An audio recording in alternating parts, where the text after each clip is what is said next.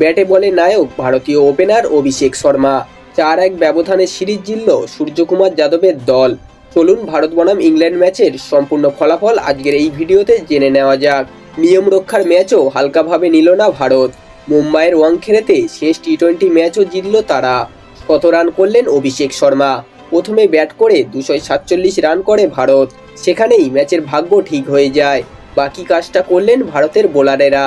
চাপে পড়ে মাত্র 97 রানে শেষ হয়ে গেল ইংল্যান্ড। 150 রানে জিতল ভারত।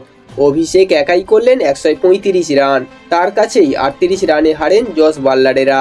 এই জয়ের ফলে 4-1 ব্যবধানে সিরিজ জিতলেন সূর্যকুমার যাদবেরা। সুযোগ কিভাবে কাজে লাগাতে হয় তা দেখালেন অভিষেক। সিরিজের প্রথম ম্যাচে ইডেনে 77 রান করেছিলেন তিনি, কিন্তু পরের 3টি ম্যাচে রান পাননি। ওয়াংখেড়েতে শুরু থেকেই আক্রমণাত্মক অভিষেক।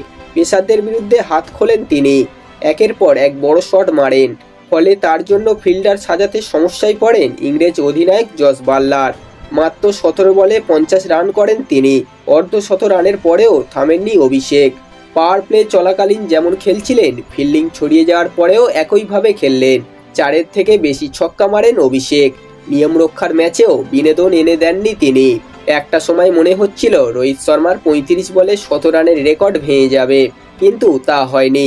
30 বলের পর কয়েকটি বল নষ্ট করেন তিনি, ফলে 100 রান করতে 2 বল দেরি হয় তার। শেষ পর্যন্ত 37 বলে 3 অঙ্কে পৌঁছান অভিষেক। 58 বলে 135 রান করে আউট হন ভারতীয় ওপেনার। 7টি 4 ও 13টি ছক্কা মারেন তিনি। বন্ধুরা, এই ছিল আজকের ভিডিওটি। ভারত বনাম ইংল্যান্ডের এই ম্যাচটি আপনারা কারা লাইভ দেখেছেন অবশ্যই কমেন্ট করবেন, আর যারা দেখেননি অবশ্যই দয়া করে ভিডিওটি দেখে নেবেন, কারণ এই ম্যাচটি দুর্দান্ত ফাটাফাটি হয়েছে।